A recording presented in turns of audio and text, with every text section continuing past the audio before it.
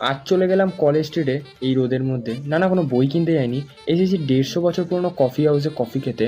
First ঢুকে আগে সিঁড়ি দিয়ে ওপরে চলে গেলাম, আর ওপরে গিয়ে দেখলাম এখানে সুন্দর করে কফি হাউস লেখা আছে। ঢুকলাম আর ভেতরটা জাস্ট অসাম ছিল। টেবিলে বসে পড়লাম আর মেনু কার্ডে দেখে নিলাম কী কী পাওয়া যায়, আর অর্ডারটাও করে দিলাম। খাবার দিতে দেরি ছিল, তাই আমি চলে গেলাম সেকেন্ড ফ্লোরে। ওপর থেকে দেখে আর কিছু বলার নেই, শুধু আমার গানটাই মনে পড়ছিল। কফি হাউসের সেই আড্ডাটা আর নেই।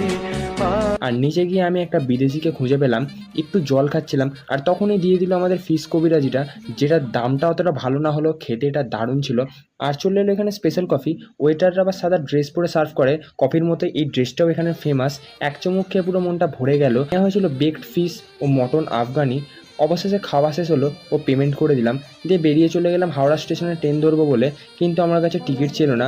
আমি টিটির ভয়ে টিকিট কাটি। তোমরা আরও মিনি ব্লগসের জন্য সাবস্ক্রাইব করো।